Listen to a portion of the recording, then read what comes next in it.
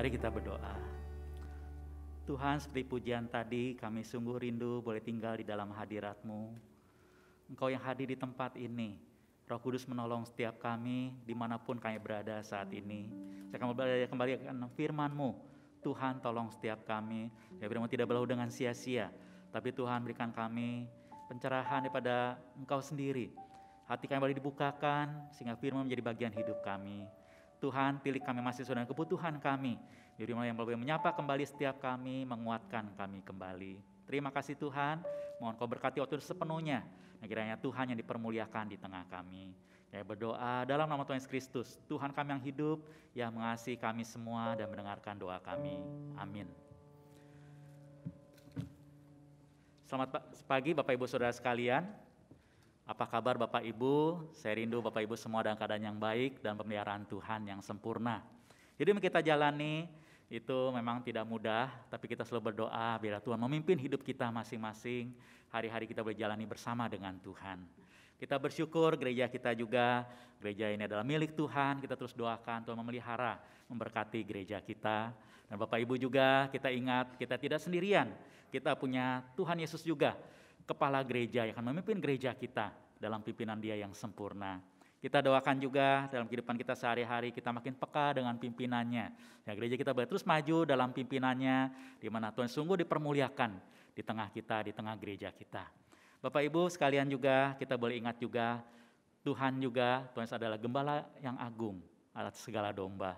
Dia mengasihi semua dombanya, termasuk setiap kita masing-masing. Maka Bapak Ibu di tengah segala kesulitan kita jangan lupa ada Tuhan Yesus Gembala Agung yang memelihara hidup kita, mengasihi setiap kita secara khusus dan tidak pernah meninggalkan kita.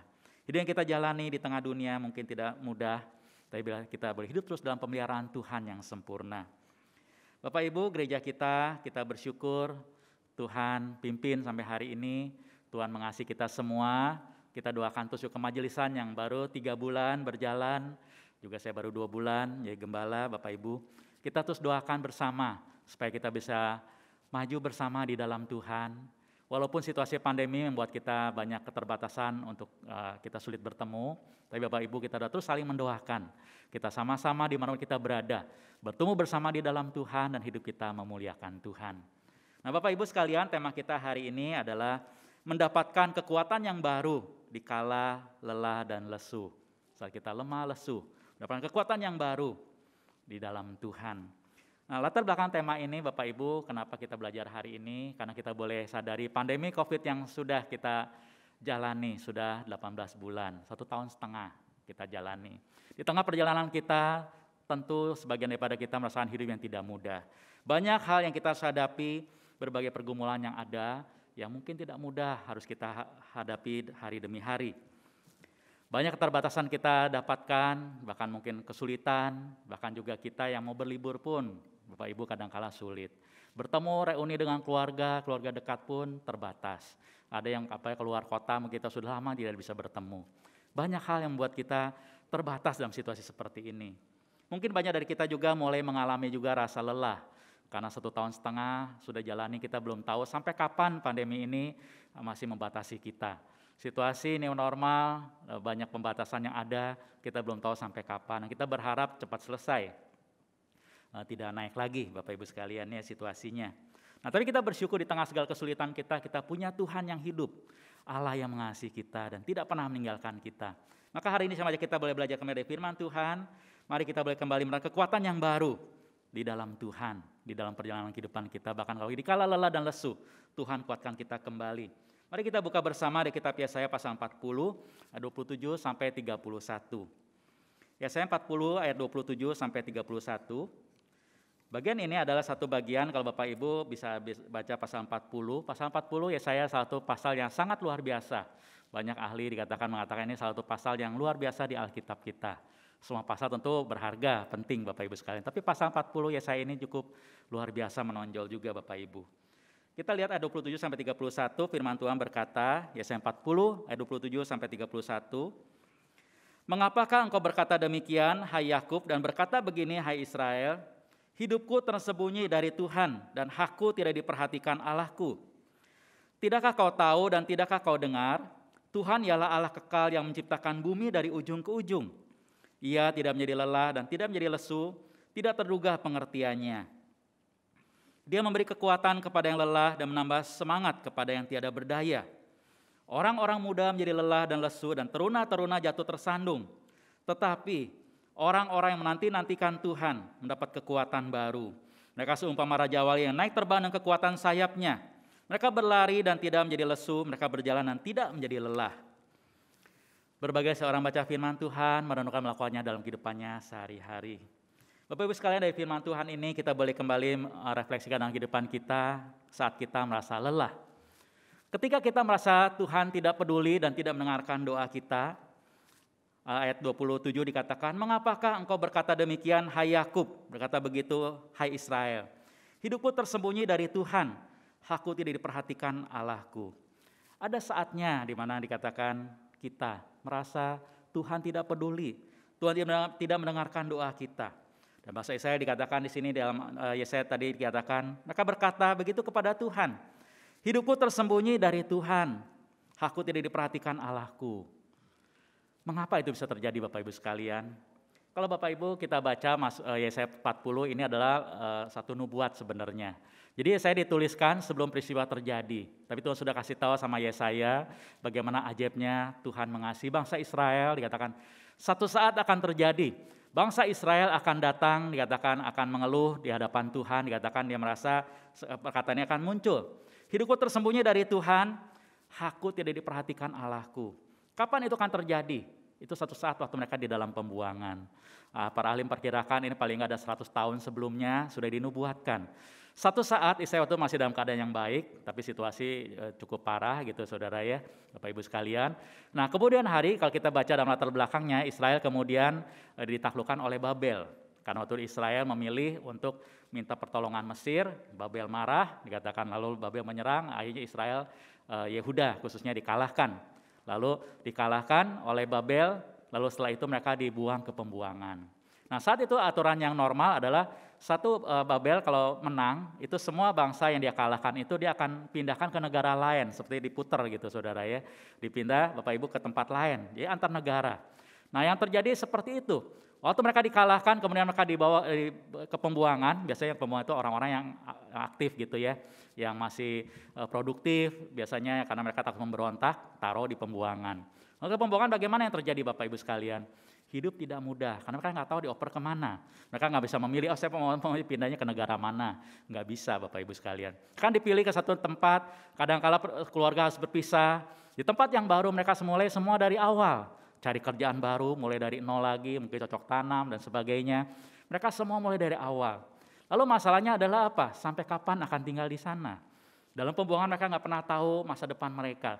Bisa sewaktu-waktu dioper ke tempat lain, sewaktu-waktu bisa ada masalah dan sebagainya, tidak pernah tahu. Kalau Babel diserang, bisa negara lain lagi ngalahin Babel, ceritanya beda lagi Bapak Ibu sekalian. Itu banyak hal yang membuat mereka hidup penuh dengan kekhawatiran. Hari yang tidak menentu. Tidak ada jaminan akan masa depan, tidak ada satu kepastian akan hari esok. Bayangkan hari-hari seperti itu dan kekhawatiran. Ini berapa lama, berapa tahun, apa berapa waktu. Apalagi Bapak Ibu sekalian, waktu Babel mengalahkan mereka, bait Allah dihancurkan, mereka nggak tahu lagi mau mencari Tuhan di mana. Mereka taunya ke bait Allah. Jadi saudara bayangkan bagaimana iman mereka juga tergoncang. Nah saat seperti itu, apa yang mereka pikirkan? Lalu bayangkan bangsa-bangsa lain yang datang juga ketemu mereka, sekitarnya akan mengejek mereka. Mana Tuhan kamu, Tuhan yang hebat, buktinya kamu dikalahkan oleh Babel, sekarang kamu dalam pembuangan. Bapak Ibu kalau di keadaan seperti itu bagaimana rasanya?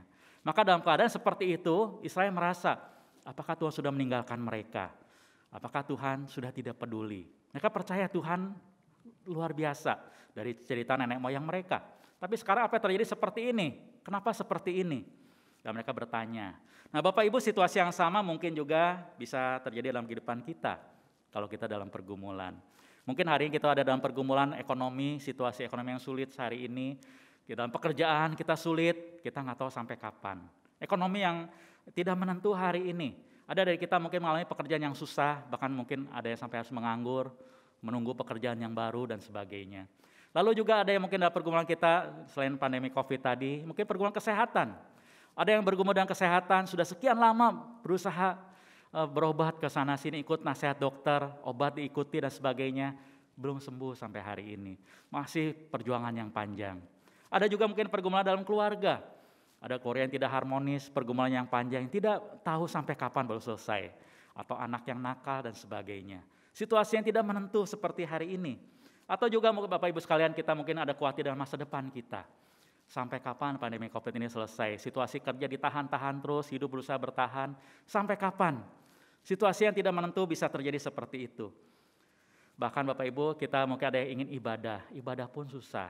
Ada yang mungkin sudah 1 tahun lebih nggak pernah menginjak gereja lagi. Karena situasi yang tidak memungkinkan. Karena usia, karena kesehatan, dan berbagai pertimbangan yang lain. Banyak dari kita mungkin sekian lama sudah tidak bisa ikut ibadah secara onsite di gereja. Di tengah pergumulan kita, kadang kita bisa bertanya, Tuhan apakah Engkau peduli? Tuhan ada di mana? Apakah betul Tuhan meninggalkan kita? Di tengah setiap pergumulan kita. Ini slide-nya boleh jalan ya sebenarnya. Apa kita yakin, apakah kita tahu Tuhan ada bersama kita? Apakah betul Tuhan meninggalkan kita? Apakah betul Tuhan tidak peduli? Nah, dalam kebingungan kita mungkin kita tidak berani mengatakan seperti tadi perkara bahasa Israel, oh Tuhan sudah tinggalin kita dan sebagainya. Tapi di tengah pergumulan kita, kebingungan kita, sisi lain kita mungkin bertanya juga, tapi kenapa saya mengalami seperti ini? Kok sepertinya Tuhan kok diam? Apalagi kita mungkin ada merasa sudah melayani Tuhan, memberikan persembahan, berusaha hidup yang baik, hidup yang taat dengan Tuhan. Ternyata hidup tidak mudah juga yang dijalani. Di tengah setiap pergumulan yang kita hadapi, kita bisa bertanya-tanya kepada Tuhan. Lalu apa jawaban Tuhan waktu mereka bertanya seperti itu? Ayat 28 katakan, jawaban Tuhan mengatakan, Tuhan ialah Allah yang kekal. Ayat 28 mengatakan, tidakkah kau tahu dan tidakkah kau dengar, Tuhan ialah Allah kekal yang menciptakan bumi dari ujung ke ujung. Ia tidak menjadi lelah dan tidak menjadi lesu, tidak terduga pengertiannya. Di sini jawaban Tuhan adalah apa? Tuhan katakan, tidak tahukah kamu dan tidakkah kau dengar? Pasti kamu tahu, pasti kamu pernah dengar dikatakan, dan kamu harusnya udah tahu dari kecil, bangsa Israel sudah kenal dari kecil bahwa Tuhan adalah Allah yang kekal dikatakan, ciptakan bumi dari ujung ke ujung, dia tidak pernah lelah dan lesu, tidak terduga pengertiannya. Jawaban Tuhan sebenarnya menunjukkan bahwa Tuhan itu peduli. Kalau kita baca dalam pasal 40 Bapak Ibu dari awal, kita akan tahu di ayat pertama dikatakan sudah dimulai dengan kata hiburkanlah, hiburkanlah. Tuhan tahu satu saat akan terjadi seperti ini. Dan sebelum terjadi melalui Yesaya Tuhan berikan firman Tuhan ini. Kelak mungkin 100 tahun kemudian kira-kira ini akan terjadi. Nah, waktu terjadi firman itu akan menguatkan engkau, kira-kira seperti itu. Lalu kalau kita baca pasal 40 tadi dikatakan dari awal, hiburkanlah. Kemudian bagian itu diikuti dengan gambaran bagaimana Tuhan yang datang untuk menyelamatkan. Dia datang dengan kekuatan dia, dengan kuasanya, dengan kekuatan Tuhan. Tapi juga datang seperti seorang gembala yang baik. Dia yang mengasihi setiap domba-dombanya, mencari domba-dombanya satu demi satu. Maka ayat 28 tadi katakan, tidakkah kau tahu, tidakkah kau dengar, Tuhan ialah Tuhan yang kekal. Dia tidak pernah berubah. Dari dulu sampai selamanya Tuhan tidak pernah berubah. Dari selama-lamanya sampai selama-lamanya dia tetap Tuhan. Dia tidak pernah tidak menjadi Tuhan. Dia tetap Tuhan selama-lamanya. Dia tidak pernah berubah. Dan dikatakan dia tidak pernah tidak pernah dikatakan lesu dan tidak pernah lelah. Di sini dikatakan dia menciptakan bumi dari ujung ke ujung. Tuhan dikatakan yang menciptakan bumi dari ujung ke ujung. Dia adalah Tuhan yang Maha Kuasa. Ciptakan bumi dari ujung ke ujung berarti tidak ada awal, tidak ada yang terlewat dari awal sampai akhir. Dari awal dia ada sampai di titik akhir dia ada di sana. Tidak yang terlewatkan, semua yang dia ciptakan dengan lengkap sampai akhir. Termasuk semua umatnya, kita semua.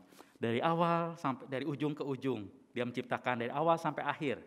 Kalau Bapak Ibu baca di ayat sebelumnya, kita tadi mulai ayat 27, tapi kalau Bapak Ibu baca sebelumnya, Tuhan menciptakan juga bintang-bintang. Dan dikatakan bintang-bintang pun setiap bintang itu, Tuhan memanggil nama mereka satu demi satu. Tuhan mengenal setiap bintang yang diciptakan satu demi satu. Bapak Ibu kalau kita cuma baca itu sepertinya biasa. Tapi kalau kita tahu ilmu pengetahuan sampai hari ini kita akan tahu ternyata itu luar biasa. Karena jumlah bintang itu sampai hari ini tidak terhitung. Triliunan saya lupa sampai nolnya itu berapa banyak Bapak Ibu sekalian. Begitu banyak bintang. Bagi manusia begitu ketemu alat yang lebih besar, makin tahu ada bintang yang belum kelihatan sebelumnya. Karena terlalu jauh, terlalu banyak bintang. Lebih dari triliun sampai triliun berapa gitu Bapak Ibu sekalian. Nah Tuhan ciptakan semua, tapi Alkitab mengatakan, ya saya katakan tadi, Tuhan katakan, dia mengenal setiap bintang satu demi satu. Tuhan tahu nama mereka, dan Tuhan tahu persis, karena dia menciptakan mereka. Nah Bapak Ibu, dari bintang yang sekian triliun, yang begitu banyak itu, triliun-triliun itu saudara, apalagi manusia ciptaannya. Manusia hari ini baru miliaran Bapak Ibu sekalian. Miliaran dengan jumlah bintang sekian banyak, itu nggak ada apa-apanya, sedikit sekali. Nah manusia miliaran ini, Tuhan juga mengenal satu demi satu. Kita di bagian lain mengatakan Tuhan mengenal nama kita masing-masing. Dia tahu setiap kita. Tuhan dia menciptakan bumi dari ujung ke ujung. Seluruh bumi dia mengenal, dia tahu semua detailnya. Dan dia mengenal setiap kita secara pribadi. Yang tadi juga dikatakan dia menciptakan bumi dari ujung ke ujung. Tidak terduga pengertiannya. Pengertian di sini mengandung arti yang sangat lengkap, hikmat, pengertian, pertimbangan yang sempurna. Dia tahu dalam hikmat yang sempurna, dia tahu semua. Dia punya pengetahuan yang sempurna, semua lengkap, dia sangat tahu dan sangat mengerti setiap kondisi yang ada, setiap ciptaannya satu demi satu. Itu Tuhan. Tuhan adalah Allah yang kekal dari dulu sampai selamanya. Dia tahu semua, dia lengkap semua, dia ciptakan semua, dan dalam pengertian yang sempurna. Dia mengenal satu demi satu, termasuk umat Israel, termasuk juga kita hari ini. Bapak Ibu, apa kita yakin juga itu yang Tuhan kita percaya? Waktu Tuhan katakan, tidakkah kau tahu dan tidakkah kau dengar? Kita tahu kan, kita dengar kan. Cuman masalahnya kenapa tadi pertanyaan itu muncul? Nah Bapak Ibu sekalian, kalau kita perhatikan bagian ini dengan lebih lengkap dari awal tadi, sebenarnya Tuhan itu ngajarin sesuatu. Waktu mereka mengeluh kepada Tuhan, Tuhan tidak peduli lagi dengan kami, Tuhan sudah lupa sama kami. Tapi lalu Tuhan bilang, kamu kan sudah tahu bahwa aku adalah Tuhan yang seperti ini. Pasti kita bilang kita tahu. Nah kenapa kita kemudian mengeluh di hadapan Tuhan? Kemudian kita bisa baca di bagian berikutnya adalah Tuhan melihat, karena sebenarnya kita sedang capek, sedang lelah. Paling gampang Bapak Ibu sekalian kita sehari-hari. Kalau kita kerja, kalau kita lagi kuat, lagi semangat, kita nggak ngeluh kan. Kerja kayak apapun capek kerjain aja, berat kita kerjakan. Tapi begitu kita mulai capek, keluhan akan muncul. Salah sedikit mulai marah-marah gitu kan ya. Ada masa sedikit kita mulai protes, mulai kesel dan sebagainya. Karena apa? Kita sudah lelah. Nah itu yang Tuhan ngerti, dia mengenal ciptaannya. Maka dalam bagian ini waktu Israel mengeluh kepada Tuhan, Tuhan tidak marah. Tuhan tidak marah, masa kamu meragukan saya? Kira-kira itu. Enggak, karena Tuhan tahu. Sebenarnya mereka enggak meragukan, mereka cuma dalam kebingungan mereka sedang lelah. Dan Tuhan katakan karena itu, maka di bagian berikutnya 29 sampai 31 kita bisa melihat Tuhan yang memberikan kekuatan yang baru. 29 sampai 31 tadi dikatakan dia memberi kekuatan kepada yang lelah dan menambah semangat kepada yang tiada berdaya. Tuhan justru dikatakan memberi kekuatan kepada yang lelah. Itulah Tuhan, dia Tuhan yang maha kuasa yang kekal itu, dia akan memberikan kekuatan kepada yang lelah. Dia nggak pernah jadi lemah, dia selalu kuat dikatakan. Dia bahkan menambah semangat kepada yang tiada berdaya. Yang semangatnya sudah kurang, Tuhan kasih semangat yang baru. Lalu ayat 30, orang-orang muda menjadi lelah dan lesu, dan dikatakan teruna-teruna jatuh tersandung. Orang-orang muda dalam bahasa aslinya menunjukkan orang muda gitu, orang dengan jiwa muda. Kalau dengan bahasa kita itu masa-masa keemasannya seorang manusia dengan tenaga yang penuh, masa muda. Orang-orang muda dikatakan seperti itu, lelah dan lesu. Lelah juga, lesu juga. Teruna-teruna jatuh tersandung. Teruna-teruna dalam bahasa aslinya menunjukkan itu pemuda-pemuda pilihan. Jadi dari sekian banyak yang kuat-kuat, yang terbaik, ini pilihannya. Ternyata juga tersandung, jatuh, gagal, menyerah, kira-kira seperti itu. Nah itu yang terjadi dikatakan. Tuhan kasih kekuatan, Tuhan dikatakan tidak pernah lelah, tidak pernah lesu. Tapi para teruna, bahkan orang terbaik teruna itu orang muda dan teruna pun akhirnya gagal. Nah tetapi dikatakan orang menanti-nantikan Tuhan mendapatkan kekuatan yang baru. Mereka seperti Raja Wali naik terbang dengan kekuatan sayapnya. Mereka berlari tidak menjadi lesu, mereka berjalan tidak menjadi lelah. Di sini dikatakan Tuhan berikan kekuatan kepada yang lelah dan lesu. Tapi dikatakan yaitu kepada mereka yang menanti-nantikan Dia. Orang yang menanti-nantikan Tuhan, kita mendapat kekuatan yang baru. Nah Bapak Ibu, kata menanti-nantikan itu satu kata yang luar biasa. Menanti itu seperti apa? Bukan nunggu pasif.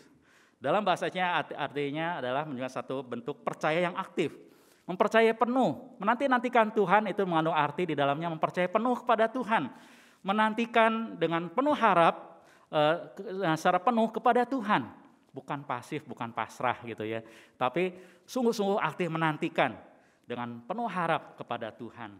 Nah, kata ini ternyata kalau dipelajari dalam bahasa aslinya, menurut ahli bahasa yang betul-betul ahli ya, dikatakan kata ini ternyata berhubungan dengan tali, Bapak Ibu sekalian, dengan mengikat tali. Jadi kata menanti-nantikan itu berhubungan dengan mengikat tali, seperti tali yang merupakan jalinan dari benang-benang yang dijalin jadi satu. Bapak Ibu mungkin tahu seperti tambang gitu ya. Tambang itu kan ada tali-tali kecilnya dijalin jadi satu, jadi tambang yang kuat.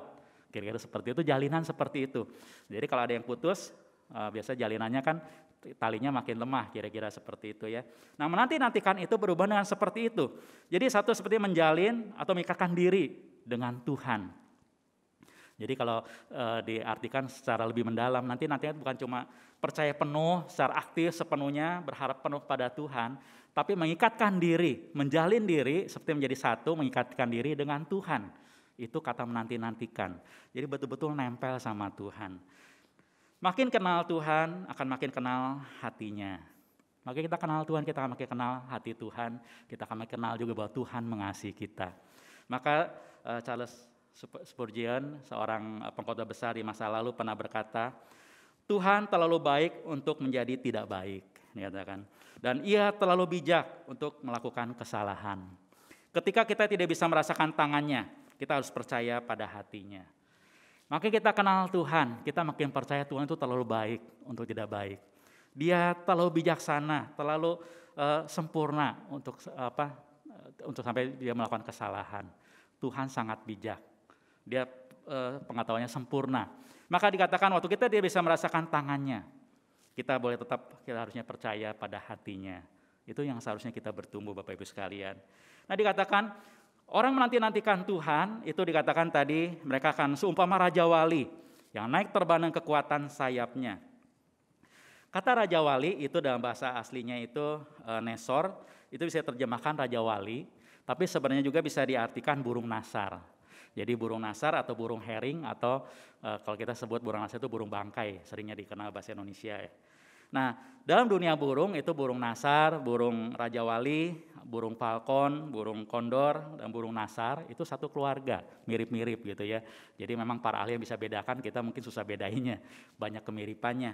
Nah, dalam bahasa aslinya dikatakan, dalam bahasa asli Semitik dikatakan Nesor itu membawa makna, di balik kata Nesor itu ada makna seperti ini, menggergaji dan merobek sesuatu, itu makna katanya.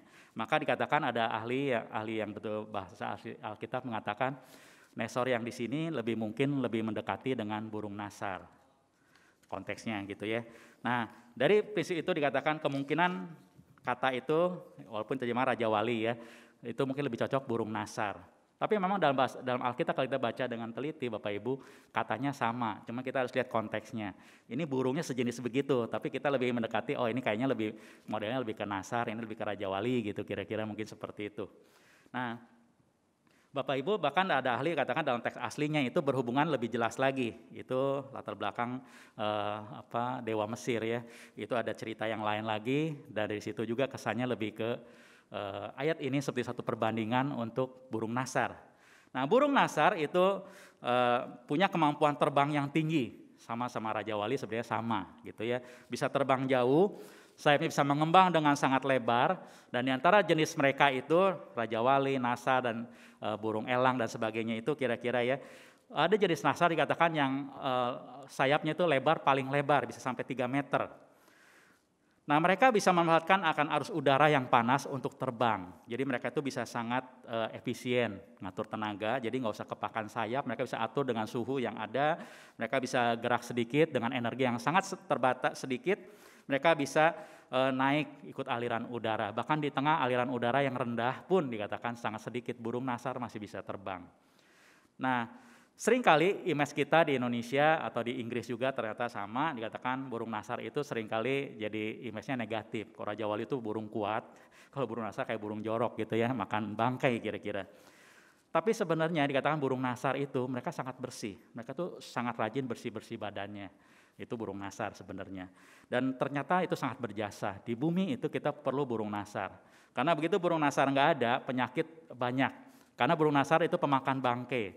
Dan Tuhan ciptakan dia dengan luar biasa, dia itu tidak akan kena infeksi gitu ya. Segala kuman, bakteri dia makan, perut dia itu sangat kuat. Itu burung nasar. Bahkan ada bisa sampai makan tulang. Jadi betul-betul bersih. Satu bangkai dia bisa makan sampai bersih. Nah itu burung nasar dikatakan di dunia kita membutuhkan seperti itu, dia seperti cleaning service yang betul-betul bersih sekali. Begitu nggak ada burung nasar, banyak penyakit menular, penyakit itu bisa muncul. Di India pernah terjadi dikatakan penyakit rabies jadi banyak karena anjing yang makan bangkai, karena burung nasar nggak ada. Anjing gila penyakitnya banyak dan sebagainya. Belum penyakit-penyakit yang lainnya. Nah Bapak Ibu, tapi di bagian teks yang hari ini adalah kita melihat bedanya dengan Raja Wali di mana. Raja Wali itu terkenal itu mengandalkan kecepatan, karena Raja itu terbang bisa sangat cepat sekali. Jadi kalau jenis Raja Wali dia kan bisa sampai 300 km lebih per jam. Jadi itu lebih cepat dari mobil yang ngebut saudara ya, itu kayak pembalap gitu ya. Dia bisa cepat sekali dan dia mengandalkan penglihatannya sangat tajam. Tapi kalau burung nasar itu terkenal dengan mengandalkan kesabaran. Dia bisa terbang lama, dia bisa dengan sabar menunggu makanan yang ada. Karena kalau burung Raja Wali biasanya kalau ketemu makanan dia langsung makan, dia langsung ambil mangsanya gitu ya, memangsa satu binatang. Kalau burung nasar menanti, biasanya dia tunggu kalau binatang yang bekas dimakan oleh binatang lain, dia akan nunggu dia terbang, kalau dia bisa hinggap jauh, kalau enggak dia terbang dari atas, dia tunggu sampai selesai makan semua orang pulang, binatang lain pulang, baru dia makan terakhir, bagian pembersihan gitu ya, itu burung nasar. Jadi dia mengandalkan lebih ke penciuman, penciumannya lebih tajam burung nasar. Nah dia akan seringkali menunggu mangsanya sampai, kalau enggak dia tunggu sampai mangsanya mati, baru dia makan. Nah dari bagian ini yang kita bisa belajar adalah apa? Sayap seperti, tadi dikatakan sayap seperti naik terbang dan kekuatan sayapnya, burung Raja Wali itu ya. Naik dan terbang dan kekuatan sayapnya. Nah kalau kita boleh gambarkan ini burung nasar, dia punya sayap yang begitu kuat. Dia bisa menanti dengan sabar, dia bisa kuat sekian lama, yang lain sudah nggak tahan, yang lain sudah pergi, dia bisa paling belakang. Dia tetap kuat dengan sabar. Itu burung nasar, saudara. Maka dikatakan orang yang dikatakan dikuatkan, nah itu mendapat kekuatan yang baru, dikatakan mereka berlari, tidak menjadi lesu.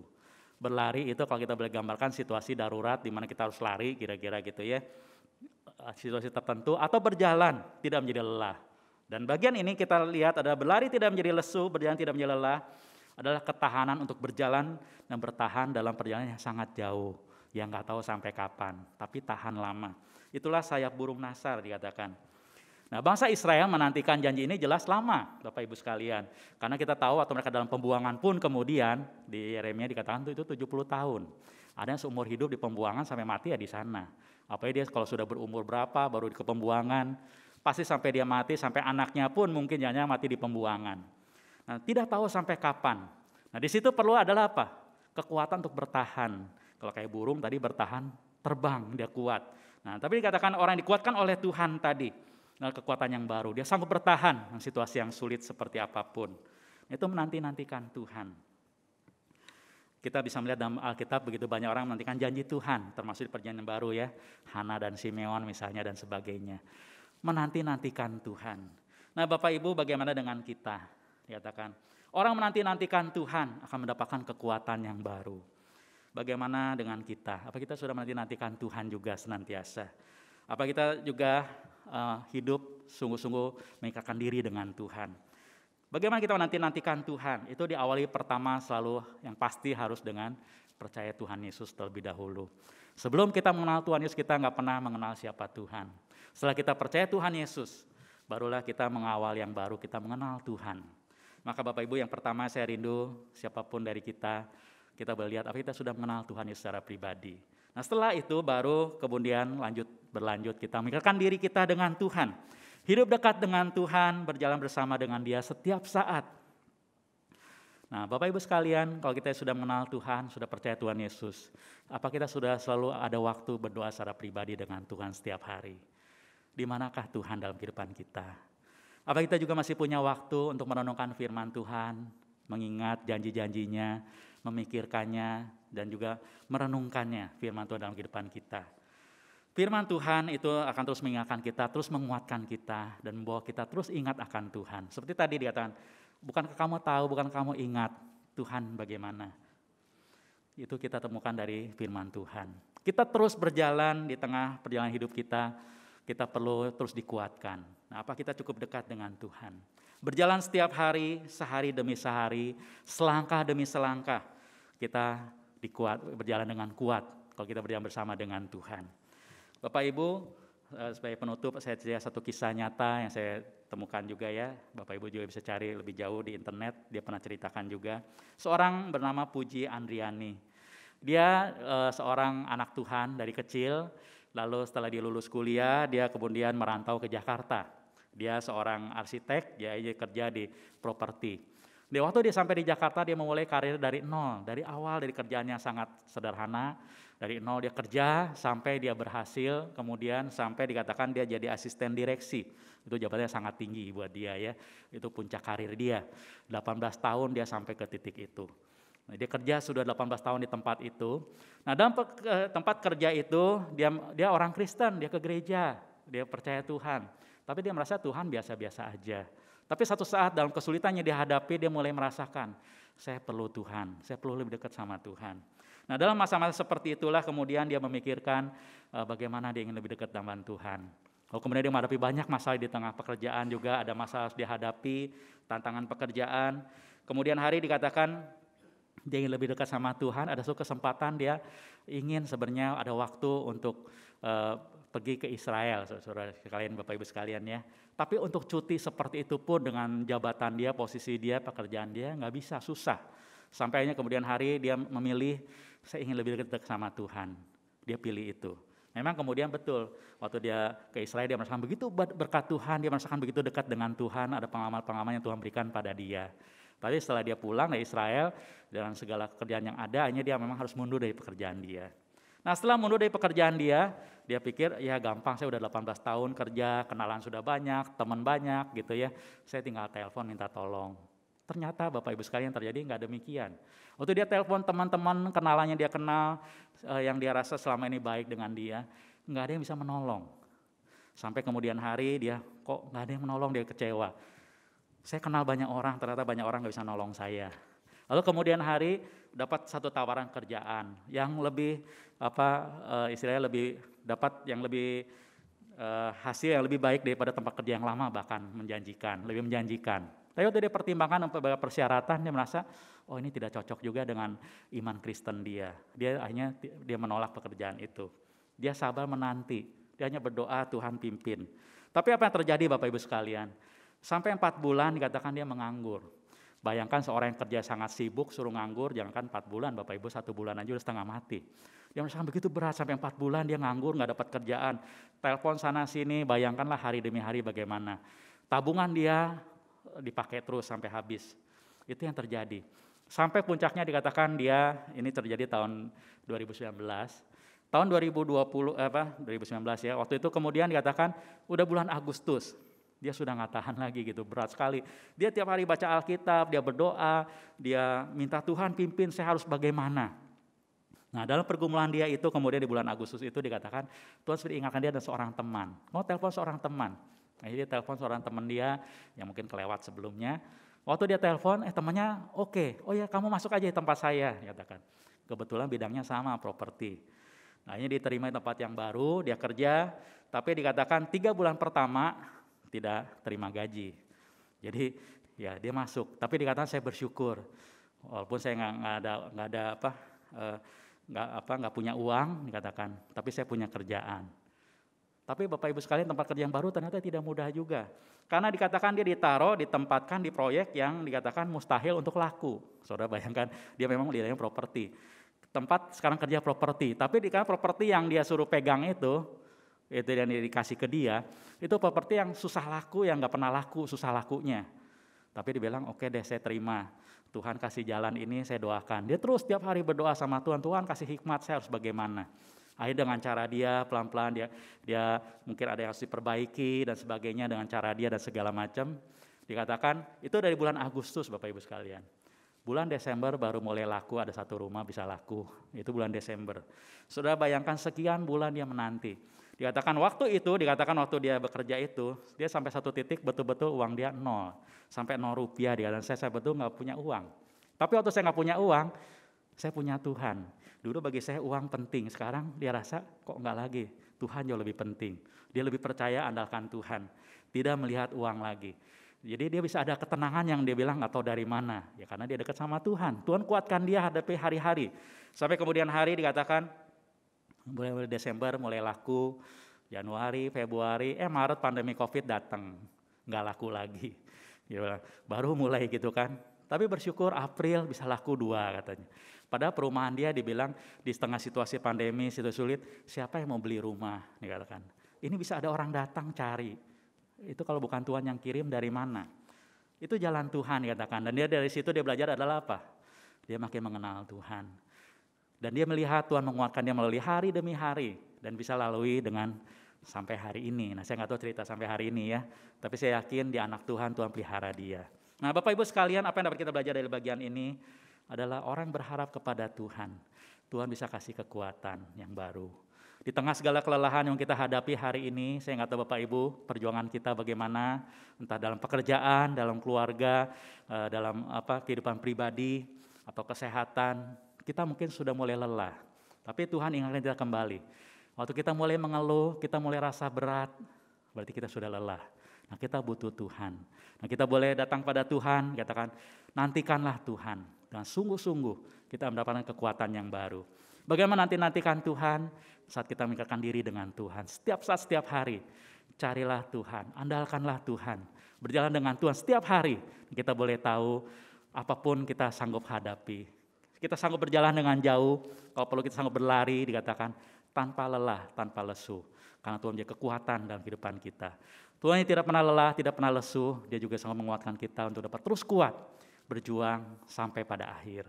Dan kita tahu kita nggak pernah sendirian. Karena Tuhan yang kuat itu yang menyertai kita. Amin. Mari kita berdoa.